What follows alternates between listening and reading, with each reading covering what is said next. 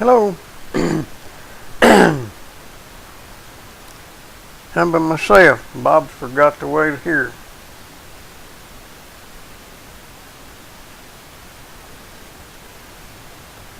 I hope he remembers his name when he gets here.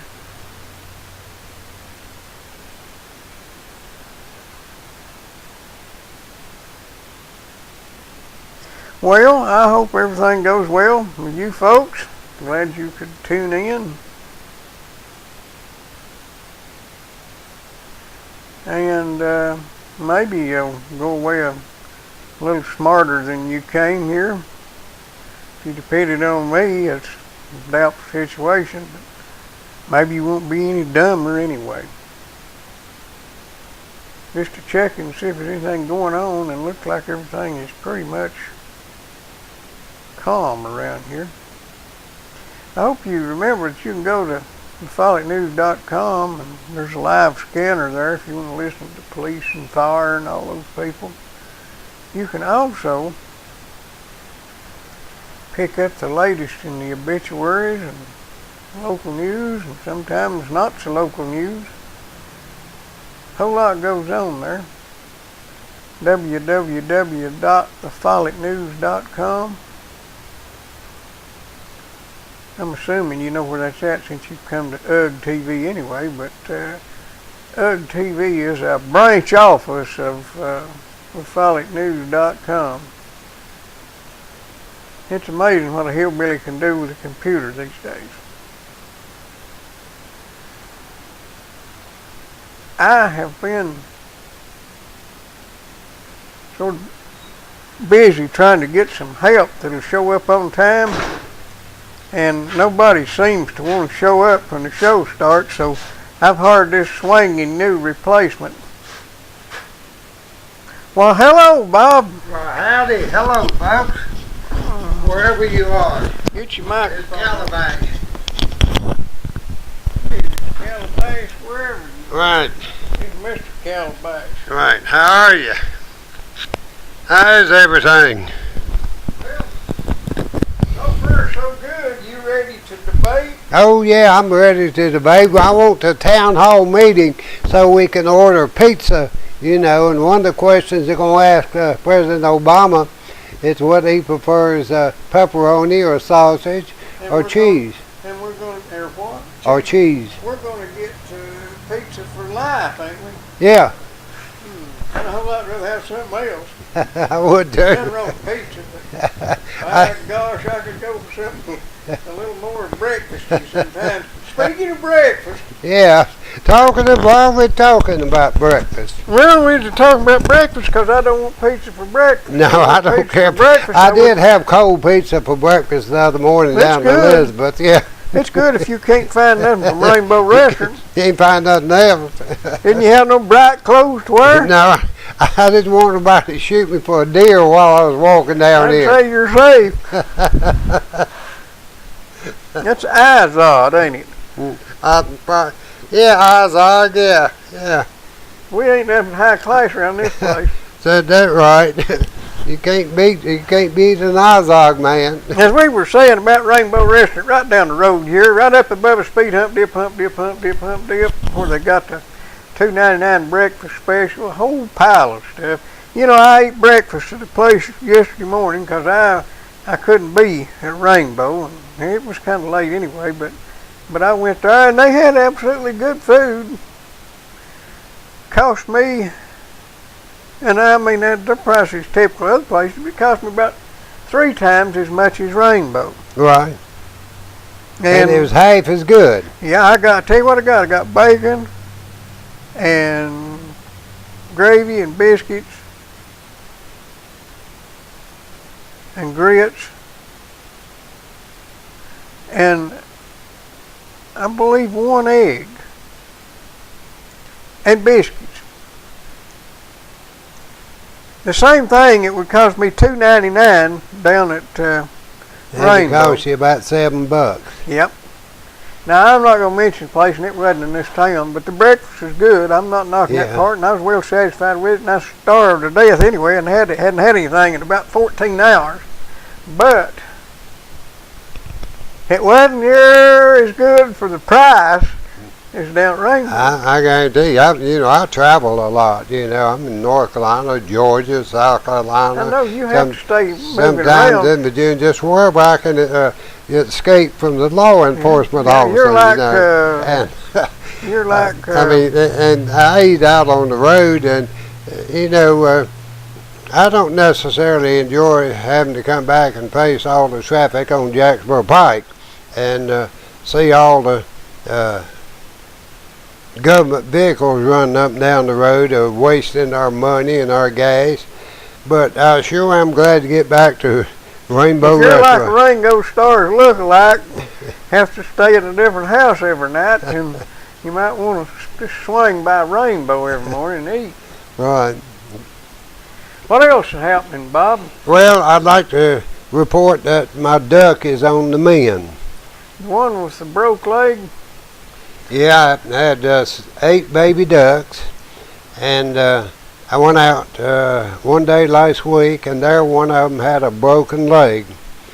So I picked that little baby up and brought him down here, and we splinted his leg. I bet he's glad he ain't a horse. Said that we'd had to shot him. And so we put a splint on his leg. We fed him. He has grown. I've never seen an animal grow so much in 1 week. If you nail his feet down and feed him real fast, you can have him there foie gras. That ain't what it is. It ain't foie gras. What do they call it? Yeah, that's exactly what we would have. Under glass. Yeah, glass. But we splinted his little legs, and he's been standing up on his legs, and we took all of the splint off except just right at the break. And he's standing up, and we're going to return him to the flock probably, what's the day, Tuesday, probably Thursday, maybe as late as Friday. And, somebody gave me a rooster. Did you see my rooster? Well, I gave him to somebody else today. So. Why did you give your rooster away? Well, first of all, I don't usually wake up at 6:30 in the morning, and the rooster did.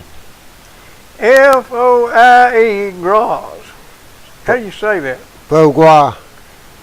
Yeah, you don't sound French enough to me. Oh, now where is it at? Foie-gras. Where you see it at? Right there. Okay, that's right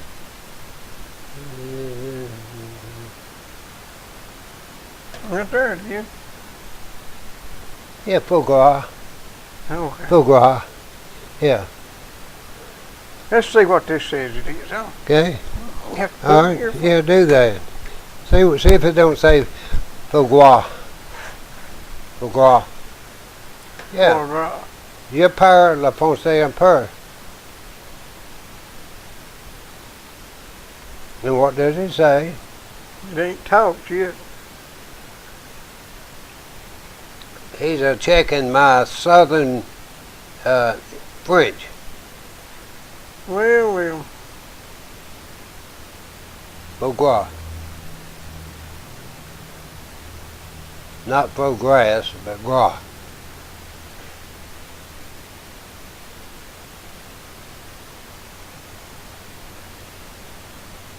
I can't get it to talk. I'll just have to take your word for it. Yeah, it's foie gras. Okay. You don't eat any fat duck liver. I think. Fat duck liver. It says here, it's defined as the liver of a duck fattened by gavage, force-feeding corn. Yeah, that's what the Chinese do. They'll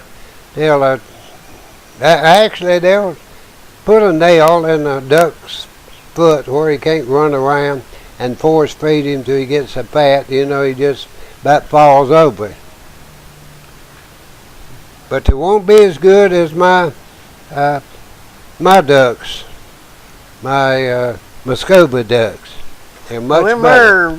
They're proud to be a duck from Muscovy. Well, never mind. Right. How many Muscovy ducks have you got? 14. 14? Yeah. Well, they'll migrate on you. Better get together and have an insurrection. Well, you know, they can fly around like a buzzard, you know. They were on the other side of the house the other day, and they just wanted to get around where I was feeding them quicker. They didn't come while they were around the house. They just flew over top the house and landed over there. You still got some that's dumb enough to wait at the gate so they can get in and out? No, there's were my guineas. I got one guinea. I'm going to need to do something with him. I either need to get him a friend or Yeah, man. How long does it take to cook a 6-year-old guinea rooster? It depends on whether you're going to put him in the blender before you try to eat him. I'd say it'd be pretty tough. Would you ever eat a guinea? I've never eaten a guinea. Me too. I didn't know. I bet they real blue meat like a dove. What Right. Yeah, they probably about like not like a dove, I would imagine, you know. Once you get around the breast, there ain't nothing else there, you know. Well, you know, there's a lot of people like the dove meat. I've eaten it, but it's blue looking. Eat what? Dove. Yeah, I have too, yeah. And quail now, boy, now that's something. That's good stuff. But Yeah, they ain't I too tell you, good bites. I've eaten many a quail pie, you know. I never had a pie. I just had the to quail pie, you fry know. it like chicken. Yeah, cook that thing up in the pie, the good old brown crust over that thing, and it's almost like eating dumplings. We're going to have to start doing a recipe cooking show here about once a month. That's what we need to do, yeah. Anything can be better than this foolishness. Anything we do has got to be an improvement. I would say, like tomorrow night, hopefully, I want to do a little soapbox work. And I'd say you're I want already you to good be at that. thinking why the average medium income in this country is $62,000. That's average. Well, that's what median means. And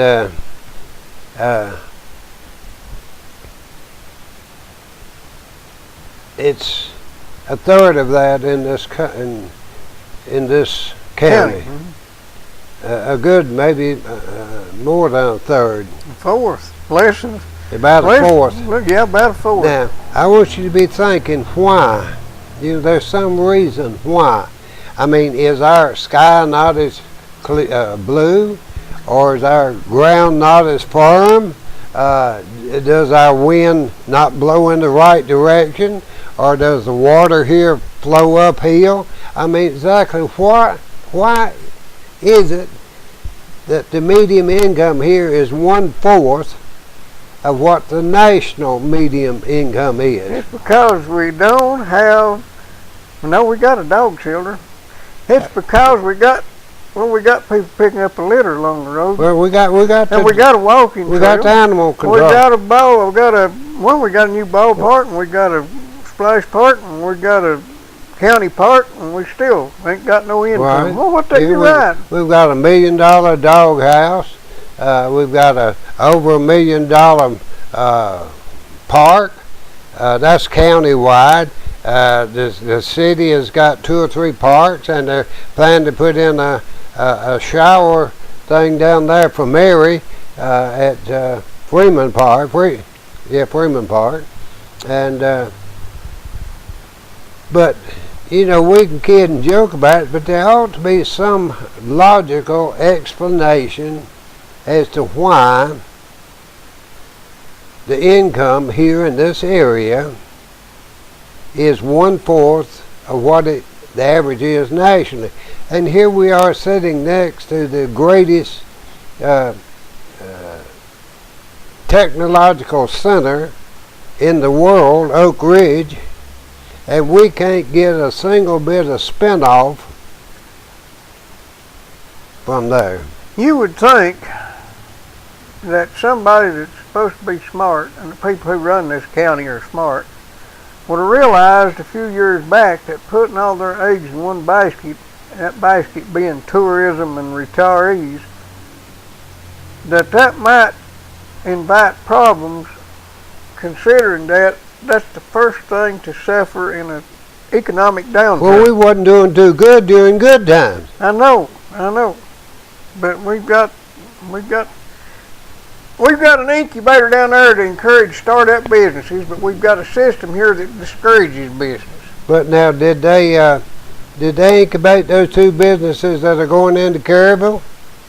Which two businesses is that? They announced they had one retail operation going in and employ about 25 people in Caribou, and that they had, I guess this maybe is a production type going in, I guess, up there off of 141 back in there. It's going to employ about 75 people. Well, I hadn't heard nothing about them. Yeah, but I don't think that was incubated. If you kick that table over and spill that coffee.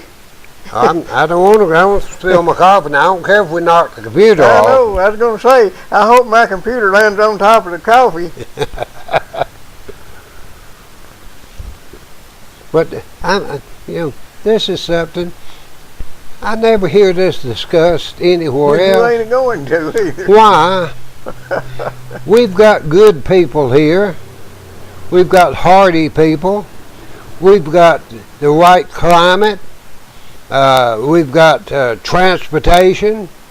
I mean, we even got a railroad that comes right down through the scenic part of La Follette. Well, it's not like we don't have a workforce. Now, there's an argument to be made that it's hard to find workers here, but all those people that are driving, I mean, there are people in this county that works hard.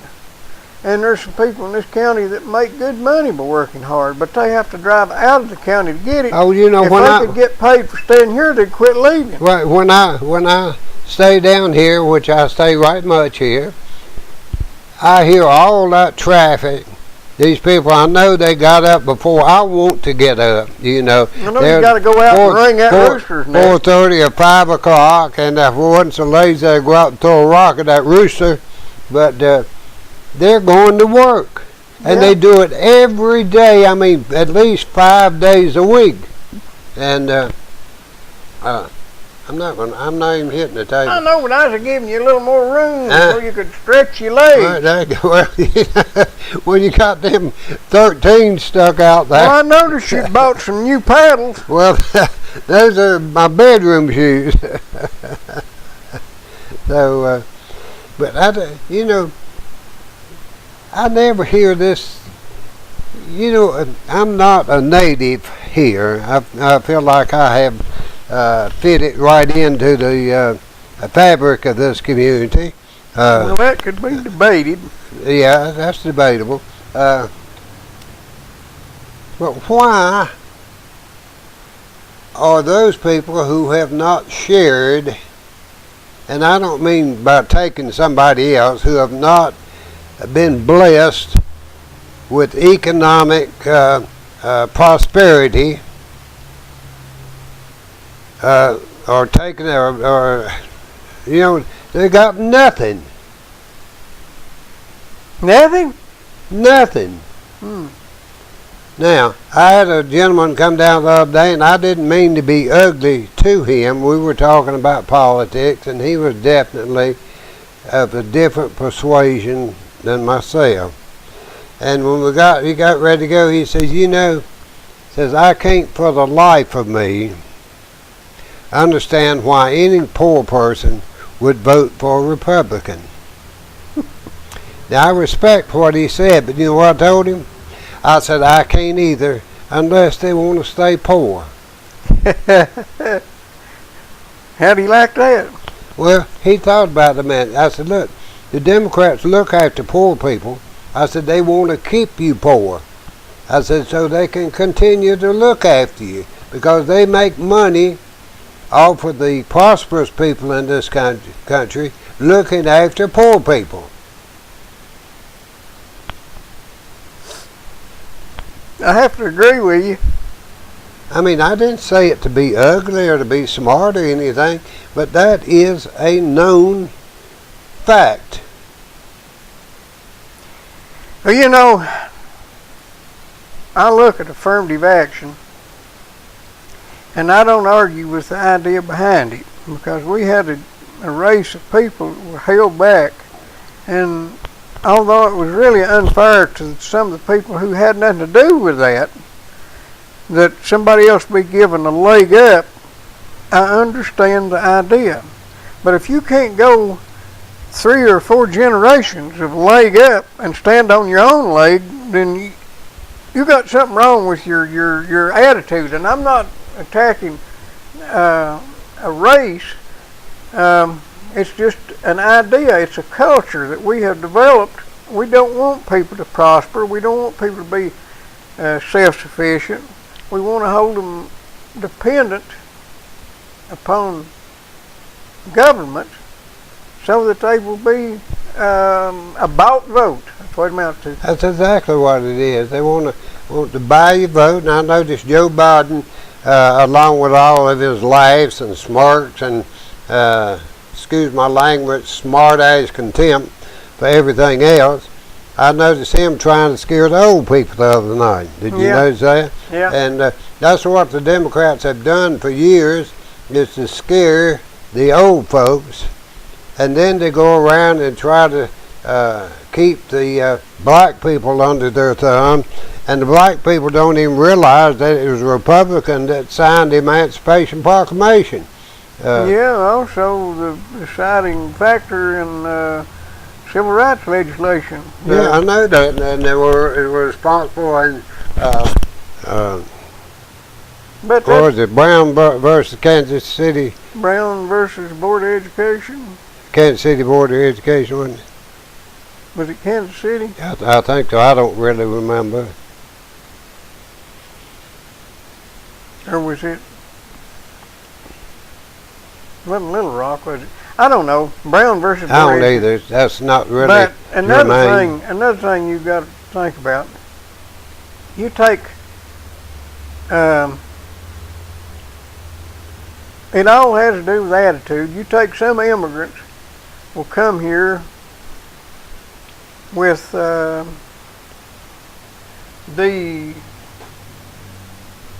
hope, and the people work hard, but if you come here with attitude that all you want to do is have a job as a laborer and make as much as you can doing that, there's nothing wrong with that.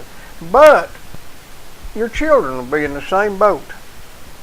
If that's the only we have almost a caste system here in this country, especially as far as dependence on the government. You got 3rd and 4th generation people still living in public housing, still drawing a SSI check, still a burden on the state as far as their medical expense and everything else, and they're contributing nothing to the betterment of society or themselves. Well, most Asian families, if they immigrate to the United States within the third generation, they're professionals. Lots of them are doctors and lawyers and mathematicians college professors. Right. That great, because they have a different attitude. And a lot of people don't like Jews. But Jews have always been a bunch of people that prized education and learning, and that's why they always prosper. There's a lot of envy that among the general population against the Jews, but they work, they earn things. They earn what they get. They are a close-knit group that will, kind of huddle together, but that's because they've been attacked from the outside for so long. But by the way, we done sold some breakfast. Let's sell something else, Bob. What about some Napa? You been to Napa lately? I haven't had to go, but I did have a good friend that he had to put a wheelbarrow in his truck. Mm-hmm. And he just put one in there a little over a year ago, and he don't drive that much. He ought to got the gravels out of it. Huh? He ought to got the gravels out of it. Well, but what it is, it just went out. I said, if you got it from Napa, I said, you probably would not be changing that wheelbarrow. And I'm serious, I bet he didn't put 12,000 miles on that truck. And so he went to Napa and got his wheelbarrow this time. So we'll just see how it does. I know it's going to do well, huh? Did he grease it? Oh, yeah, he knows how to do that. Yeah, he greases it, and he's a good mechanic. And so it was just a wheelbarrow and went out. That's up there across from IGA, the Napa store. Right. National Auto Parts Association, where they've got a hookup network to get parts for almost everything. They got over 250,000 parts that they can have in there within a day. 562-2529 or 562-9406. Right, that's Napa Auto Parts. Go on up there and see Randy. Okay, what else, Bob? Where'd you get them house shoes anyway? Them's to hide in the woods with. Why would a fella want to hide in the woods in his house shoes? What? Why would you want camouflaged house shoes? Well, you know, sometimes I just can't stand the sight of my own feet. I can understand that. But we'll How's see business? what we got there, folks. How's business? Well, the last business I had was real good. You know, I had it's some slow. one time. But I'm gonna tell you, I got into the prettiest doors today. They're solid white pine doors. Have you ever seen any of those lately? No. 36 inch. They're used. Interior? Huh? Interior? Interior? They go either way. They're solid. Okay. I imagine that they were for interior originally, but I would have no nothing against putting them right on, you know, the front door of a house. Yeah, that's what they used to make all the doors out of, is wood. Right. Yeah. A lot of people don't believe that. Right. Yeah. So, and I've got in a bunch of other stuff. I've got some. I got some good washers and dryers. I got a front-loading washer and dryer. That you know, like $1,200 or $1,300 outfit. I'll take $350 for. I've got. Is that a set? Yeah. $350 a set? Yeah. Wow. You can't beat that. You couldn't even buy a door for one of them for that. I know that, and you know I have a knack of buying things at the right price. You know that I buy things fairly reasonable, and that enables me to sell them fairly reasonable. This set of washer and dryer, if you bought it anywhere else, you run you $750, $800. Well, I suppose that'd be a good bargain. I got some rugs, some kitchen rugs. I know you did. You can put them all over the house. I know you had just a few 2x4s out there. Yeah, we're getting low on 2x4. Stay low on 2x4. Right.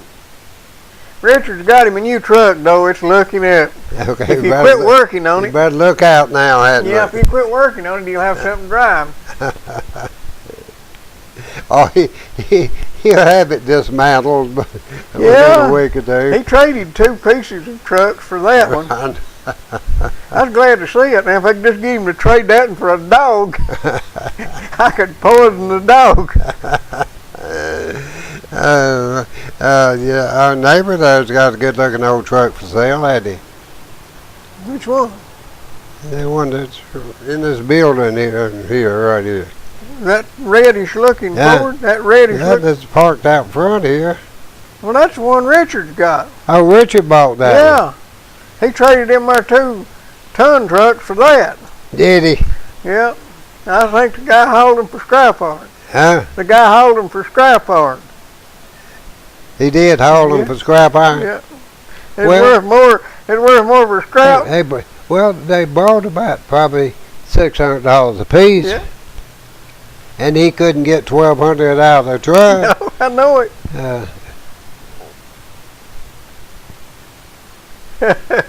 Yeah, I know. You gonna watch the debate tonight?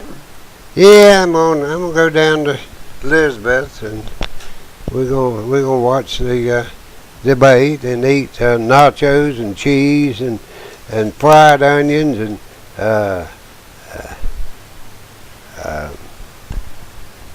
tomatoes, all chopped up and seasoned, and yeah. Them there fried onions. Huh? Them fried onions. I know you That's out of my league. Oh man, I can eat a 3-pound bag of onions fried up. I used to eat onion sandwiches. Right. I've eaten onions for breakfast. I reckon I must have got full and can't hold no more. Right. Got my other new eye working. Yeah, how's that new eye working out? Well, it's looking better from this side than it is from the other side. Kind of red. Right. I highly recommend that little deal if you ever need it done. But I tell you, this one here, when I had it done, it was absolutely I mean, I just wasn't nothing to it. This one here, my eye is not giving me a problem. But whenever what they do, I didn't know they even done that. But whenever they get you back there, right before they start operating on your eyeball, and that sounds awful, ain't nothing to that. And they take this here wire brush and clean it good around the edges. Right. I know it's a wire brush. It had to be. Yeah, it had to be, and they had some lye or something on it. And that old heifer gouged my eye around through there, and it's all right, but for about a week or two, you have to put these eye drops in there. Right. And you get to thinking right before that drop follows and hits, it's going to burn. It's going to burn. Now the eyeball don't, but there where they roughed up the outside edges of my eyelids, it's that there sandpaper and it's. I think it'd be all right today, but boy, I sure. They didn't use a small grit sandpaper either. I'm sure. The first one, it just went right along. But this one here, you have to put them eye drops in there for several times, every 2 hours the first day, and I dread it every time. I mean, first thing I done is put it in the wrong eye out of habit. You know, it's kind of foggy out this morning. Yep. And a lot of times in the morning we have a lot of fog. And I know that nobody that needs to hear this is going to be listening, but you might want to tell somebody. All these macho guys that come a barreling up through here when it's raining with no lights on, because they want to show everybody they can see where they're going without turning the lights on. That's not the point of turning the lights on when it's raining so that you can see where you're going. The point in turning the lights on when it's raining is so somebody can see you coming up the road. But they'll come barreling up the road, and state law, Tennessee law says when your windshield wipers are on, you must have your headlights on.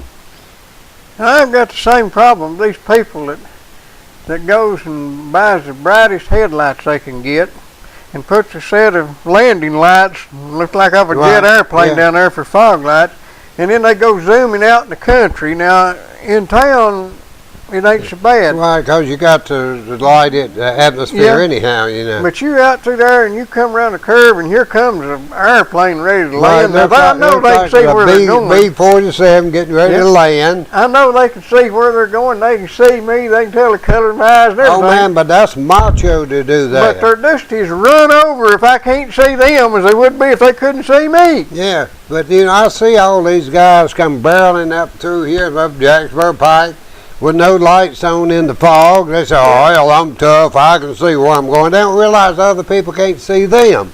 Well, I don't know why it is. People like to be in such a hurry. They'll ride your bumper, pass you, and turn off. Or pass you, and then you catch them at the next intersection and have to wait with them by just one car behind them. Happens all the time.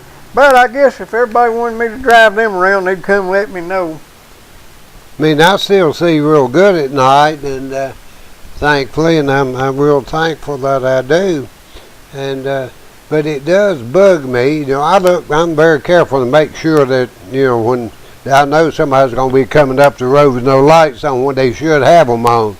And like I say, they think they're tough because they can see where they're going. They don't realize that the lights are on for somebody else to see them. And well, we've solved that problem. Yeah, we got in case you just. But you know the answer to that, don't you? What's that? You put lights on put cameras on the traffic lights. That'll take care of it. That'll take care of it. I recommend that if you pull out in front of one of them fools and have to go to the hospital, call Vital Care. They'll haul you. They'll haul you down there. 562-9370. Yeah, they made a couple of emergency calls today because I saw them come by, you know, with their lights and their siren on. And I'm gonna work us up a better commercial. I'm gonna work up some commercials for this show here we do here, so I can show people all that. We got a good commercial on the network show. Right. But I ain't put it on here yet. I've been too busy. But I might, let's see now, oh, I've got some very fine friends coming up from North Carolina this weekend, and I think they're possibly watching UGG TV tonight, and I want to say hello to Pete and Margie. And Pete and Margie? Yeah, tell them, I'll introduce you to them, and tell you that we're looking forward to you coming up this weekend, and I don't care if you come tonight, tomorrow night, or just whenever you get ready, just come on up. And bring plenty of food. Bring plenty of money. Yeah, money too. Bring a ham or something, right? There you go. Yeah, you know how they used to pound the preacher? Yeah. Yeah, you know. Have a pounding? I could They used to have a pounding for poor folks back before they got food stamps and everything. Yeah, you know. Well, I hope Romney makes a point tonight that Obama is a food stamp. That 47 he's talking about was them 47 million people on food stamps. Well, they feel, the Democrats feel like they can bring that up, and that'll enable Barack Obama to win the debate, But, you know what I'd say? I'm glad you brought that up, because I need to ask you exactly why do we have 47 million people on food stamps, and why have we put 15 million more on food stamps since you've been in office now? Why, with all this job creation, and we have fewer people working now we did when you started? And also, did it have anything to do with the fact that we're paying twice as much for gas? And when they put that, gave that, was it $280 million? They gave that battery factory up in I think so. Up in Michigan. Yep. And Smiley Biden and Barack Obama went up there to the opening of this battery plant. Yeah. And they says now only 2% of the lithium batteries in the world is built in the United States. With this factory here, we're going to be providing 40% of the lithium batteries. Well, it went bankrupt. Yeah. Does that leave a dearth of lithium batteries in the world now? I guess people are going to just be beating the doors down to get 40% shortfall. If they got them there, if they making lithium batteries for cars, you could make a lot of meth out of one of them batteries. Yeah, they could. Yeah, just think, folks. They didn't use that in their marketing strategy. No. Buy a Chevrolet Bolt and have your own meth plant. You can't buy little lithium batteries for your camera without buying them from under the table now. They had to start rationing them, keep people. Really? Yeah. I don't know what you using making that stuff. Anything disgusting, they use it. I don't know why they don't just blow their brains out and get over it. I think they ought to, really. I recommend it. Yeah, I recommend that. Take it from us, folks. Two guys with no brains. We ain't got much to lose. Right. I've got a pull down gate on the back of my little Ford box truck. Mm-hmm. And I got a lock on it, and the hook's on there. Some brainy idiot took a hammer and was trying to beat that big iron hook up, and he could easily take that hammer and knock the lock off a lot easier, and he bent it all out of whack. They can't halfway lock it down. What was he wanting in the truck? Trying to get in the back of that box truck. Yeah. And there ain't nothing in there right now. I know who it was. What? That was the city that thought it bring your wheels back. Oh, okay, yeah, there you go. I bet that's the reason they didn't leave my wheels there. They found them, and they didn't want to leave them out. They couldn't break in the back of my truck and put them in there. That's what it's been. Right. They found them. And you wasn't there, and they couldn't get in, and they just left them. Now let me tell you what was reported to me last night and happened last night, and I'm not saying that this is actual, but I think it's pretty much actual. Up at the back door, up behind Food City, you know. They've got a little patio area there, and one of La Pollock's finest come riding through there last night, and he was harassing the people that were inside the patio area. And he told them, you know, to step out there, and they said, no, we do that. You're going to arrest us for public drinking, you know, because they can't do it as long as you're in here. And said he went down, he turned around, he came back, and he started writing down license numbers of all the cars that were there. Now, it looks like rather than doing that, those people that stole my wheels, we have given you the information who did it as of September the 20th. Why don't you get that guy that's riding around harassing people that were at a legal bar? Why don't you put him out there and arrest those people that stole my wheels? Well, he ain't got time. He's busy writing down license numbers. We're busy writing down license numbers. You know, like I say, probably nobody cares or listens to this, but in Campbell County, we have more law enforcement officers per population than anywhere else in the United States. Per population. Except the police academy. Huh? Except at the police academy. Well, do we have a police training area here, too? So, see? I would like to point out to you folks, it's wintertime. Well, it's not officially wintertime, but it seems like wintertime. It's not officially wintertime, but Bob's wearing his coat. It's time to go down there and get some winter propane down at Digger's. Yeah, he's got his winter propane in. I got some the other day. I got a tank over there. Yeah, is that winter? Well, I bought it last winter. I guess it keeps good, folks. It don't go bad. You get you a tank of it. No. And save it till you need it. Whenever electrical goes off, or you need a little extra heat, or you want to work outside and take your Mr. Heater out there so you can stay warm while your wife hammers on your car. Right. I mean, while she's out there cutting wood, you can sit there and get warm. Right. Digger's Propane down there in the middle of the road in Sawmill Holler. 562-5444 for all your propane I went needs. down there and got and I see I sold somebody a tank the other day, and they were going down to Digger's to get it filled up, and I've sold about 4 or 5 tanks here in the past 2 or 3 weeks.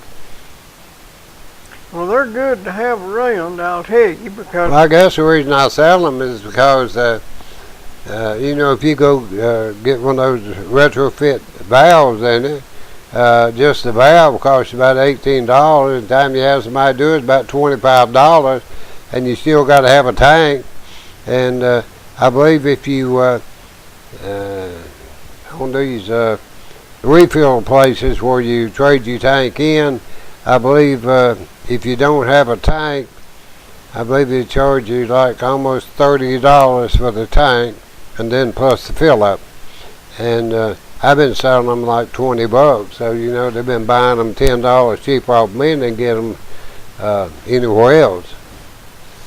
And then Digger's got propane at the bargain, and it's good stuff. The only thing wrong with Digger's propane is it stinks. Yeah, but it don't smell as bad as that natural gas. No. No. It smells, natural gas smells like rotten egg. Now, both of them are odorless till they put them perfume in there. Yeah, right. You know, and like I say, I will urge Digger to get in some propane that has fatback flavor. Yeah, now that bacon flavored propane is good of a morning. Right. But you know, my favorite is that chocolate pie smell. I like to smell that chocolate pie flavored stuff. I wanted to mention to you, I've got a couple little small propane grills. Doesn't cost very much, and Digger will hook that right up to a 20-pound tank or a 30-pound tank or a 100-pound tank, just whatever you want. And you don't have to buy them little 1-pound cylinders to feed that tank.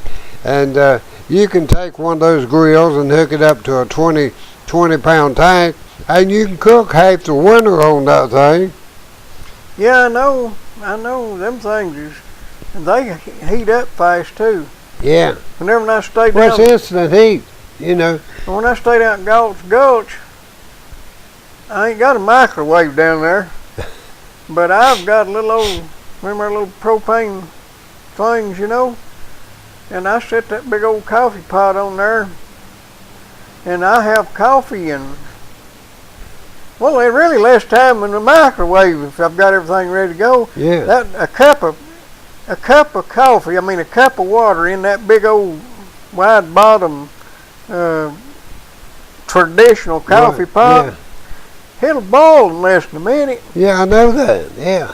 You turn that thing on high and set it over on there, and the time you get your cup out and get the dirt out of the bottom of it, get the edge wiped off, Yeah.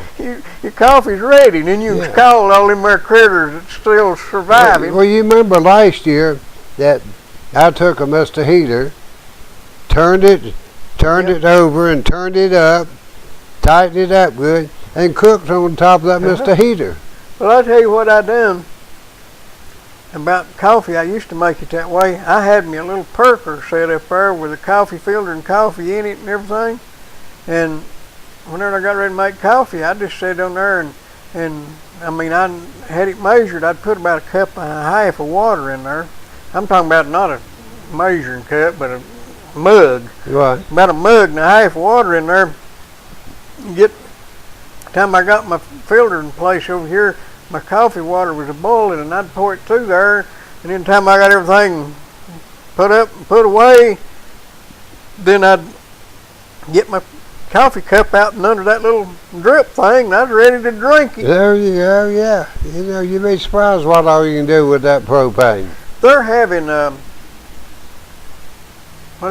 camp something down at Cove Lake this weekend.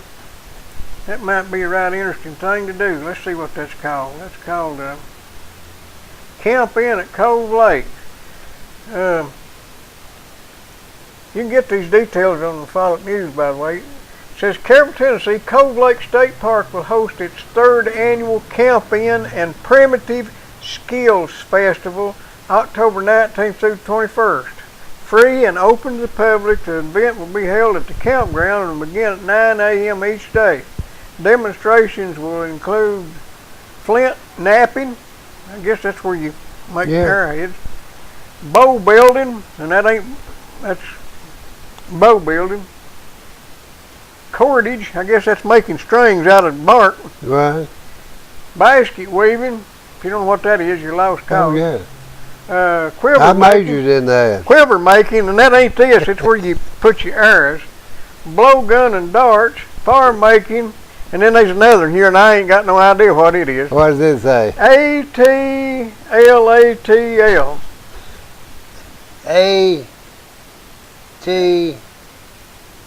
ATLATF? Yeah, let me see what that is. See if I can find out.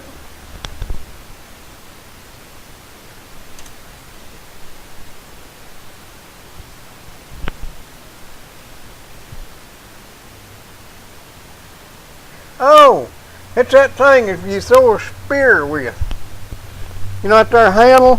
Oh. It's where you, and it gives it that extra punch. It's kind of like throwing a hatchet. Yep. Yeah, okay. You know how they're made? Well, there's one. There's you got your spear, and you got this hook stick. And whenever you throw it, when you get to the end of that, you still got that extra handle there, and it pushes it a little further. Yeah, okay.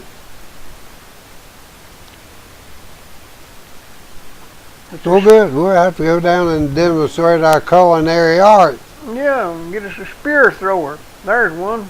Yeah, okay. It's a stick with a notch in it. Yeah. Your spear lays right in there, and it's laying up there, and whenever you throw it, you hang on to this part right here, Right. and it gives that spear a little extra whang there. Right. see, you can learn a lot around this place. You just won't learn it from us. Looks like somebody would learn how to get the medium income up here, you know. As much as we got going on here, we're just a wealth of information. Just like the best place to buy concrete, where would that be? Well, I wouldn't go anywhere else other than Dixie Concrete. Why? I would know that I was going to get my money's worth. Yeah, well. And what I wanted, concrete, or what I needed, a septic tank. Well, you know, concrete's concrete, right? I mean, concrete's concrete. I mean, ain't it all this concrete? No, they got a secret recipe down there at Dixie Concrete. That's the hardest concrete known to man. That's kind of like Granny Loomis sausage, ain't it? You're right. There you go. A secret recipe handed down generation to generation to Said that right. dear sweet love below Granny Loomis. And Right. the concrete mixers of America come here to learn how. Right. Dixie Concrete, folks. They good people to do business. But I'm on, you know, in continuing on my soap opera about this place I think it's soapbox. not not coming into the forefront of the prosperity of this nation. When you consider the fact that this area was blessed with magnificent forest, and that forest was cut, sold, and used, but none of the economic value of that has been reflected back in this area. It also is blessed with coal, and I don't know how many megatons of coal have been shipped out of this Appalachian area. But none of the prosperity or the wealth of that coal has been used here.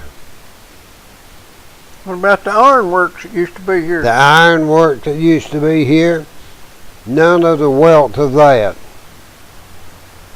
But we do get the benefit of the Ohio Navy,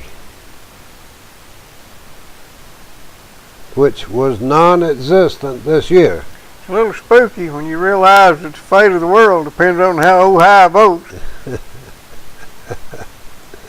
But I mean, it's really disgusting, the wealth that has been carted out of this area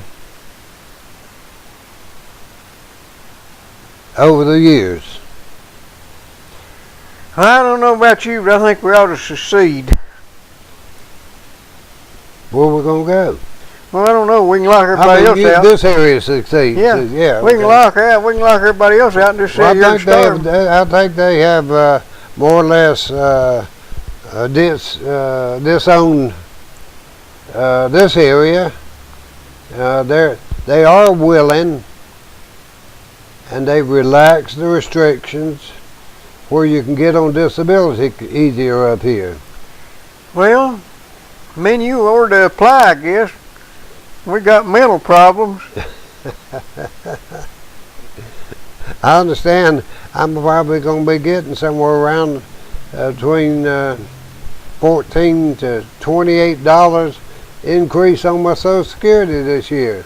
Yeah, I'm going to get $3 or $4. Yeah. But maybe that, I don't know whether that's going to be enough to make me vote for Obama or not. You know, they don't even consider energy costs. That's what I was going to say. If they'd figure gas in there, you'd be getting a double. So I'd be getting a London load. I don't know. That's pretty low down anyway. The two things that you have to have is energy and food. Right, and the two things they don't count. Allow any cost. Now that's dirty. Yeah.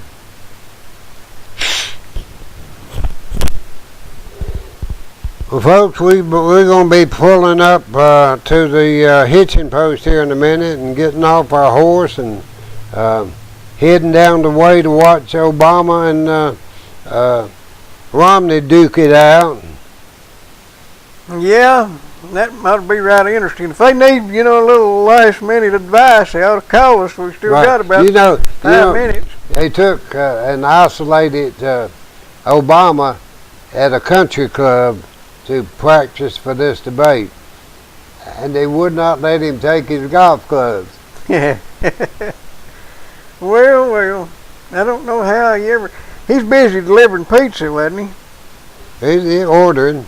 Yeah. Ordering pizza. Yeah. That's the funny thing to me that Michelle won't let nobody eat anything but rabbit food, and everywhere he goes, he takes pizza. Why? Don't he know? Right. Well, you know, I told you He's trying to kill them people. She was bound and determined to change the dietary practice of the great white shark. That she felt like it ought to start eating only plankton and kelp and seaweed. Yeah. I don't know what the great white shark thinks about that, but he said he's just too heavy on the meat. Well, yeah, I'd say a shark with clogged arteries would be hard to get along with. Did you see that eyeball they found floated up on the beach? What? That eyeball they found floated up on the beach? No. It's about, it says as big as, I don't know if it said baseball or softball. And it's just an eyeball, and they finally determined that somebody had caught a swordfish and cut its eyeball out and thrown it in the ocean. And somebody ended up netting it, you know. The swordfish. Yeah, yeah, it's a swordfish eyeball. I don't know, I ain't never caught no swordfishies. I don't believe I have either. I've caught several sharks. And I ain't been no shark fishing. I couldn't catch sharks. I bet you I wouldn't even eat me. Yeah, I've caught some about that long, you know. And they're good to eat. That's good meat. Well, it's eat or be eaten, I understand. It's eat or be eaten, the way I understand it. I don't like to catch something that might eat me first. That'd be like catching an alligator. What would you do next? What would you do with him if you caught him? I'm caught out. You know, the old boy, he told his wife, said, I'm going to bear hunting. And his wife said, now... I told you about catching all them baby alligators that time, didn't I? No, the old boy told his wife he was going to bear hunting. She said, Chester, now you don't know nothing about bear hunting. And he said, I'm going to bear hunting. I know all about bear hunting. He said, Chester, you need to leave that bear hunting alone. He said, I'm going. So he got up bright and early, and she said, now I'm telling you. And she, oh, hush, woman. Long about dinner time, she heard him holler, and he was a-coming down the hill just a flying. Open the door! Open the door! And there's this bear right behind him. Open the door! My brain went in alive. Where'd you catch a bunch of alligators? We went down to Lakeland, Florida, and this was, I think, statute of limitations out on this crime we perpetrated. It's never out on endangered species. I bought a 17-foot cobia boat from a state highway patrolman whose wife had just gone on vacation, and he's just going on vacation 2 or 3 days after she went on vacation. She's already gone. He hasn't gone yet. And he said, well, if you buy that boat, says we'll take some of that money and we'll party with it. And I bought the boat. I forget what I paid. $1,600, $1,700, $1,800. I won't remember what I paid for it now. But he says, come on.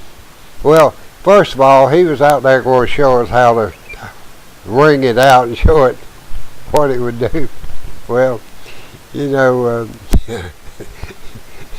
you ought to have been around me when I was young. You know, I said, let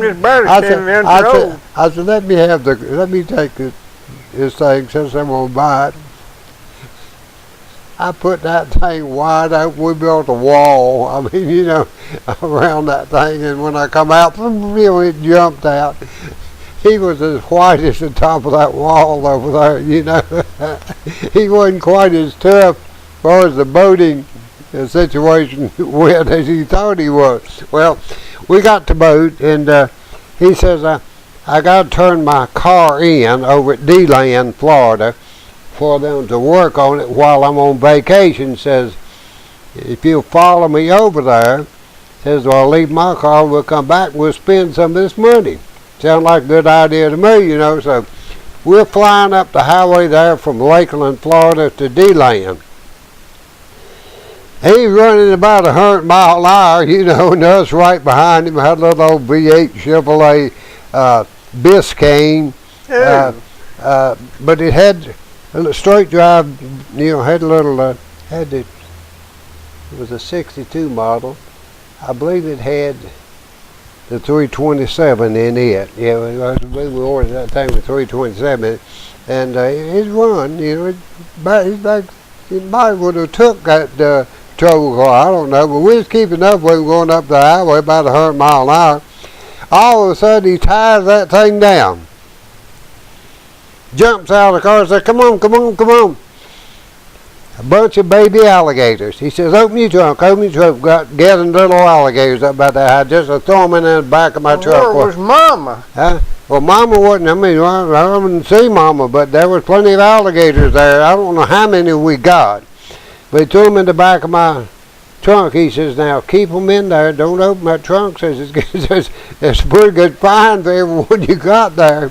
So we went over and he got and come on back with us, and he said, pull in here. One there. He sold them alligators for $100 a piece, and baby alligators.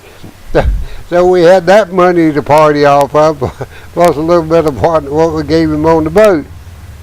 Well, I always thought when they offered to take you alligator fishing, it wasn't a good prospect.